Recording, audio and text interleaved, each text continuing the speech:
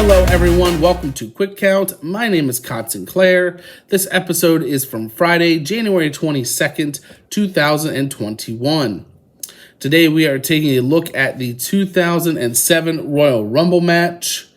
We get Lillian Garcia running down the rules for us.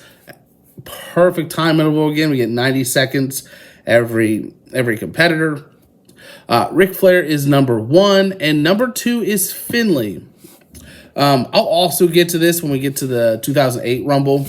But the refs take his shillelagh before he gets in the match, which doesn't make sense to me. Let's look back at the 2001 Royal Rumble, where it was, it's widely regarded as the hardcore Rumble. You had trash cans, lids, kendo sticks, chairs, tables, bowling balls. And then now here in 2007, can't use a shillelagh. And then I'll comment again on that at the end of this match, because it really just infuriates me. Because the only rules that I've ever known to be is that you don't jump the gun, so don't come out early, and then go over the top rope, both feet hitting the floor. That's literally it. Everything else goes. Somebody's going to let me know in the comments if I got it right or wrong, but let's carry on. Number 3 is former Spirit Squad member Kenny Dykstra with his super generic theme music. Number 4, we get Matt Hardy. Number 5 is Edge. He immediately comes in, hits spears on Flair and Kenny Dykstra before eating a twist of fate from Matt Hardy. Flair under the ring brings in a steel chair, but that's okay. Edge does eliminate Flair. And then we get Kenny Dykstra, who thinks that he aided in that elimination, and he's celebrating. So then he starts doing the Flair strut, and then Edge just dumps him. Number 6 is Tommy Dreamer. Number 7 is Sabu. Sabu immediately sets up a table before getting in the ring. We get that Tommy Dreamer Sabu rivalry from ECW.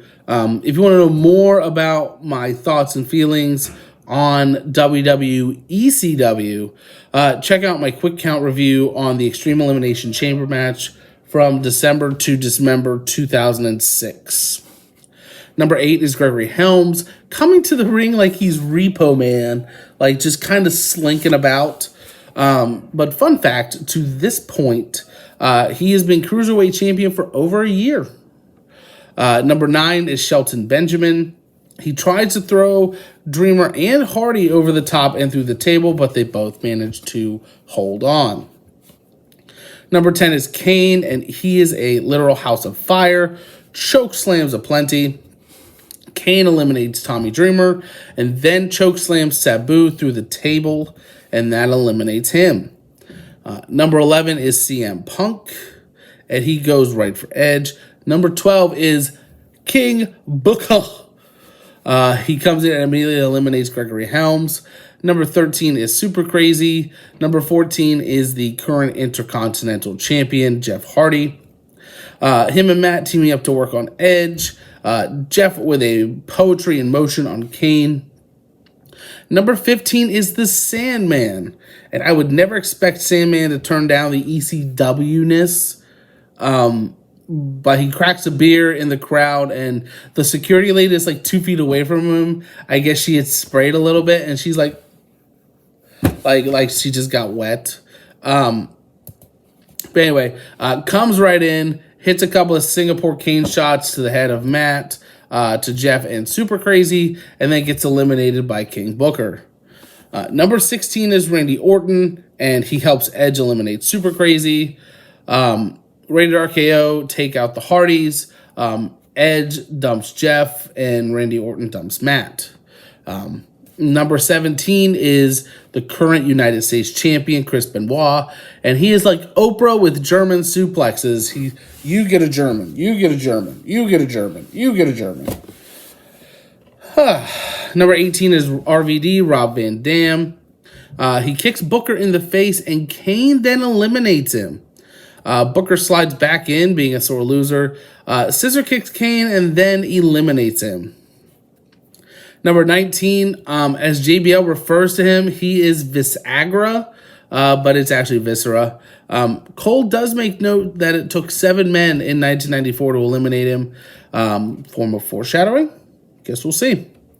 Number 20 is Johnny Nitro. Number 21 is Kevin Thorne, also known as Mordecai. Number 22 is Hardcore Holly. Shelton Benjamin tries to slingshot Rob Van Dam out, but he hangs on. Number 23, the Heartbreak Kid Shawn Michaels, goes right for Finlay and ends up eliminating him. He then gives Viscera Sweet Chin Music, and then the other 7 men help eliminate him. See?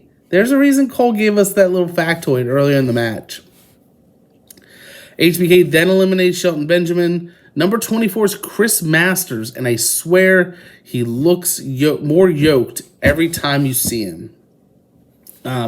Except for nowadays, I don't think he takes as many supplements. And I don't necessarily mean, anything performance enhancing. Just you hit a point in your career where you just don't take as much stuff as you used to. But we'll move on from that.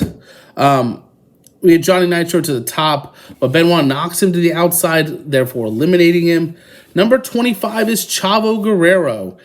He slides in, and then we see Chris Benoit eliminate Kevin Thorne, the same way he eliminated The Big Show in 2004. Number 26 is Montel Vontavious Porter. Commentary makes note of the third-degree burns he still has from the Inferno match he had with Kane. We did review that here on Quick Count. You can check that out as well.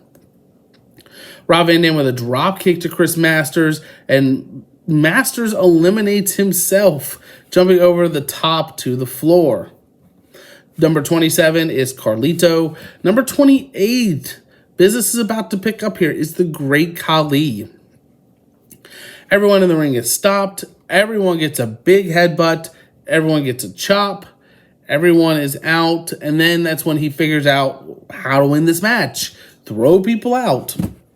So number 29, of course, it's a young, fresh-faced Miz. He is thrown out almost as quickly as he gets in. Khali then eliminates Rob Van Dam, CM Punk, Carlito, and Chavo Guerrero. HBK is almost broken in half with a huge chokeslam. So who can stop the monster? Who can stop the Great Khali? Number 30 is The Undertaker. While Undertaker makes his way to the ring, we're going to reset here for a sec. Including Taker, we have Edge, Randy Orton, Shawn Michaels, MVP, and the Great Khali. So we have 6 men left in the ring. Taker with some big right hands. Khali responding with right hands and chops of his own. Taker does get the upper hand, clotheslines, and eliminates the Great Khali. Now Taker's on fire, striking everything that moves. Taker hits Old School on MVP and then throws him out. So we are down to 4 now, just like that. MVP does get a steel chair, gets back in the ring. Orton, though, takes the chair and cracks it over the head of The Undertaker. He is busted open. So now we get Edge in the corner. He's setting up for a spear. Orton turns, Edge goes for him, and they both kind of stop. They're talking back and forth. So then they decide, we'll get rid of Taker. So so Randy Orton RKO's Shawn Michaels. Taker does get a second wind, but not for long. But then he does land Snake Eyes and a big boot to Edge.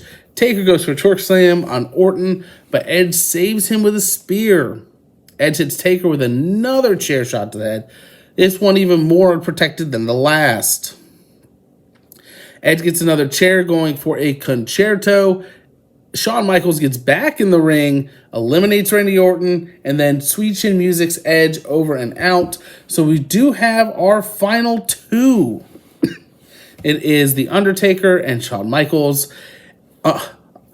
This is just perfectly timed. Undertaker sits up and then looks over, right as Shawn Michaels is doing a kip up, and it's beautiful. we're getting a lot of back and forth here, both surviving their own elimination attempts. Taker hits a big boot, tries to suplex Shawn Michaels over the top, but he survives. Shawn to the top, almost gets knocked off.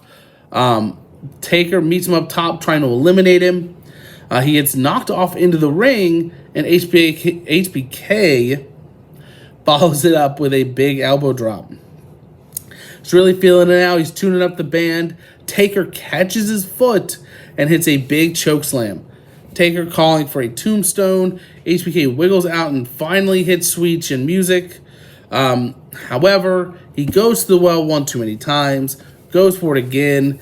Taker dumps him out of the ring, and our winner of the 2007 Royal Rumble is The Undertaker. To this point, he is the only person to come in at number 30 and win.